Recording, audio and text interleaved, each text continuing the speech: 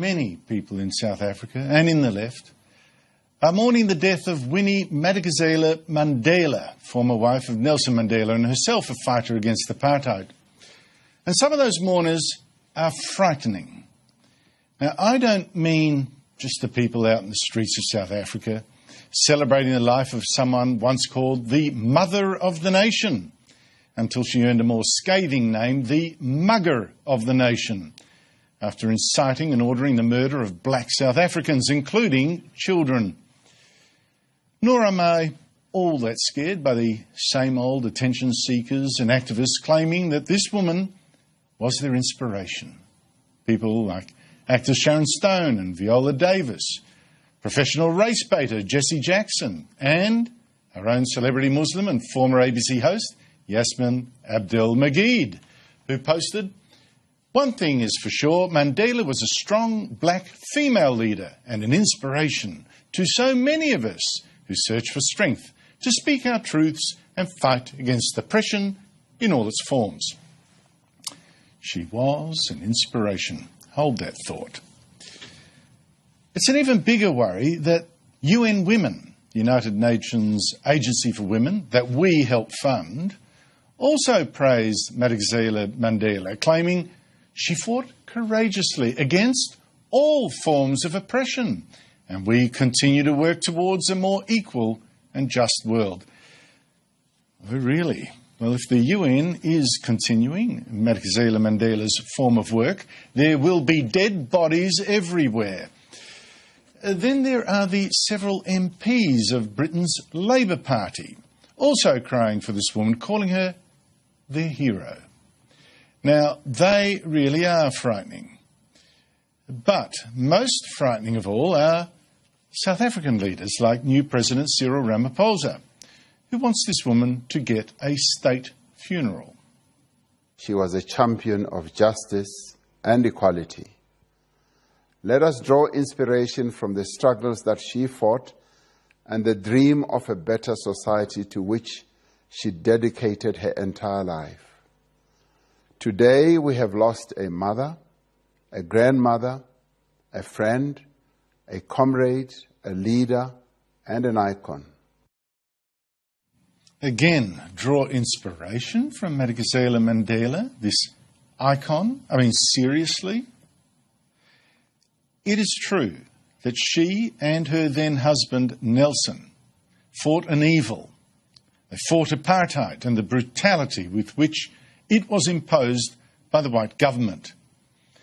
But in the end, Madikizela Mandela, unlike her husband, became the evil that she condemned.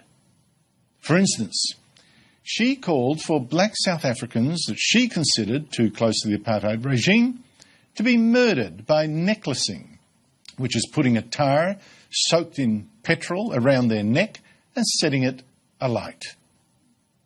We could have killed them any day we wanted to. With our necklaces, we shall liberate this country.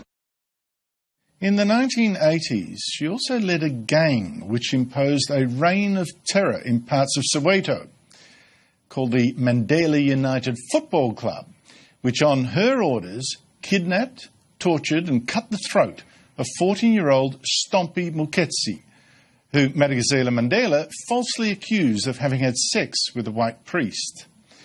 They also murdered other black youths, ANC members, whose bodies were not found until 24 years later. Mandela's bodyguard told South Africa's Truth and Reconciliation Commission that Madikizela Mandela helped to torture Stompie Muketsi and then told him to kill the boy. We made him lie on his back, and I put garden shears through his neck. As soon as they finished slaughtering him, we got into the car. We went back to Mrs. Mandela's place to give a report back. Madikizela Mandela was initially jailed for ordering that kidnapping, but on appeal was given just a fine. And this is the closest she ever came to admitting guilt. For that part of those painful years when things went horribly wrong, and we were aware of the fact that there were factors that led to that. For that, I am deeply sorry.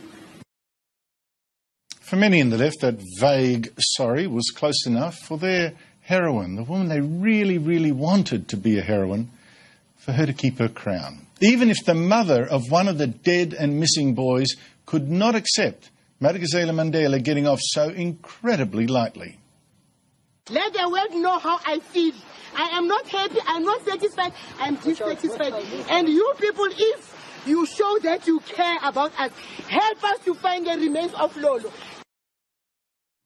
So, this then is the woman, Winnie Madikizela Mandela, now hailed as an inspiration by the United Nations, by activists, and worst of all, by the South African government.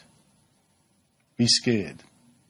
These admirers, then, are people not interested in principle, but in power. They are only against evil when it's not one of their own who's doing it.